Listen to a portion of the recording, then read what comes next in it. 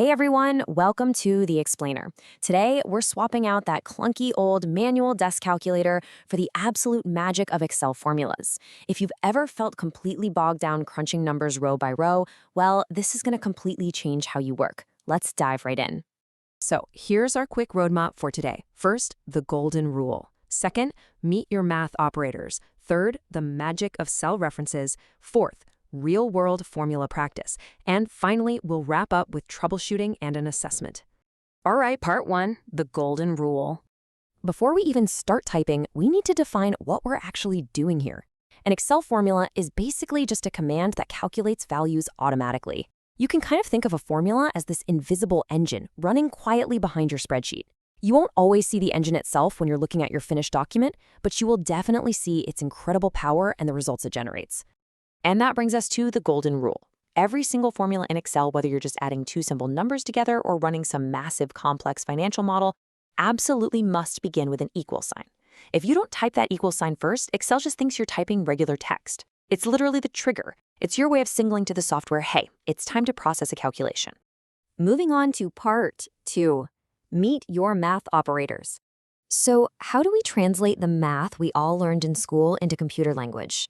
Well, addition and subtraction are pretty standard with the familiar plus and minus signs, but you'll want to look closely at multiplication and division. On a keyboard, we actually don't use an X for multiplication. We use the asterisk symbol. And for division, you can forget that traditional symbol with the dots. We use the /. Finally, if you need to calculate a power, like taking a number to the power of 2, you're going to use the caret symbol, which looks like a little upward pointing arrow. Now, you've got to remember that Excel doesn't just read a formula from left to right like we read a book. It follows a very strict order of operations, just like standard math. First, it calculates anything inside parentheses. Second, it handles powers. Third, it knocks out multiplication and division. And lastly, it processes addition and subtraction. Excel is incredibly rigid about this, meaning we have to be super precise about how we write our commands. And this right here shows exactly why that order matters. Let's look at the formula on the left, equals 3 plus 5 times 2. Because multiplication comes before addition, Excel multiplies 5 times 2 to get 10, and then adds 3. So your answer is 13. But what if we actually wanted to add the 3 and 5 first? Check out the formula on the right. By simply throwing parentheses around the 3 plus 5, we literally force Excel to do that addition first. 3 plus 5 is 8, and 8 times 2 is 16. So just by adding two little curved lines, we completely change the entire outcome of the calculation. All right, part 3, the magic of cell references. Let's compare two different ways to do our math. On the left, we've got a fixed formula, equals 10 plus 2. And yes, Excel will correctly tell you the answer is 12. But here's the catch. That formula is completely static. If that 10 ever needs to change to a 15 later on, you have to go back into the formula and manually retype it. Who has time for that? On the right, we have a dynamic formula, equals A2 plus B2. So instead of typing raw numbers, we're giving Excel the coordinates of where the numbers live. We're essentially saying, hey, take whatever is inside cell A2 and add it to whatever is inside cell B2. Let's see how this works in practice. Let's assume cell C3 holds the number 10, and C4 holds a 2. By dropping our operators between those coordinates, Excel effortlessly calculates the results. Whether we're adding to get 12, multiplying to get 20, dividing to get 5, or calculating exponents to reach 100. And here is where it gets incredibly powerful. Say we realize C3 should actually be 20 instead of 10.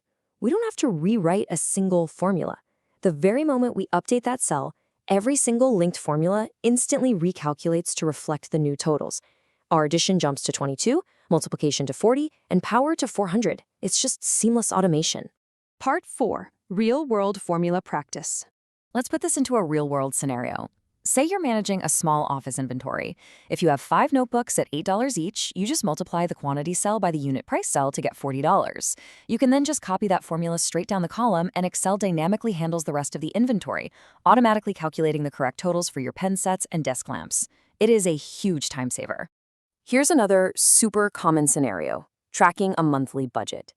In this case, we want to know the exact difference between what we plan to spend and what we actually spent. So we set up our formula to subtract the actual amount from the planned amount. For food, we planned $300, but we spent $280. Our formula correctly calculates a positive difference of $20. Now I'll put it to you. looking at the results from that budget table, which items went over budget and which stayed under budget. Well, if you notice that the negative $25 differences mean transport and entertainment went over budget, you hit the nail on the head. Food, with its positive $20 difference, successfully stayed under budget, and internet came out exactly even at 0. Part 5. Troubleshooting common mistakes. Look, errors happen, but these are the classic traps beginners fall into most often. First up, missing that golden rule equal sign. If you just type A1 plus B1 without an equal sign, Excel will literally just display the text A1 plus B1. Second, using an X for multiplication or that old school dots and line symbol for division. Remember, you've got to use the asterisk and the forward slash. Third, simply clicking the wrong cell, like maybe adding B10 instead of B1. Always double check your coordinates. And finally, dividing by 0. It's a mathematical impossibility, and it's going to trigger a pretty ugly error code. If you see that pop up, just make sure your denominator is a non-zero value. All right, time for a quick assessment. I've got a two-part question for you based on what we just covered.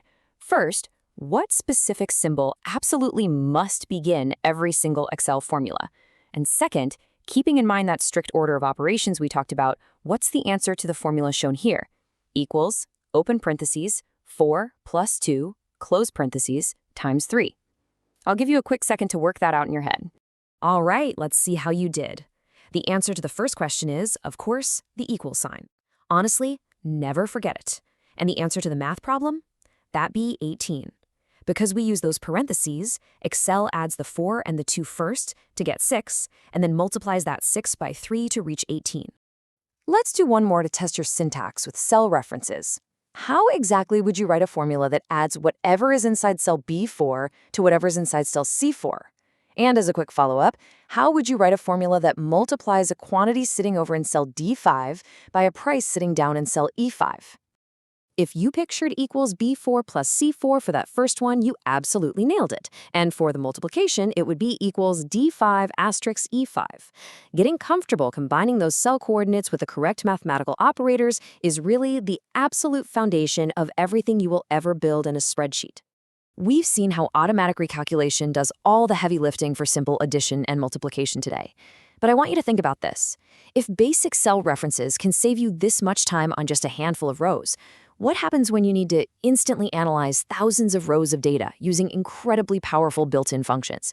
Well, we'll leave you to ponder that for now. Thanks so much for joining us for this explainer today.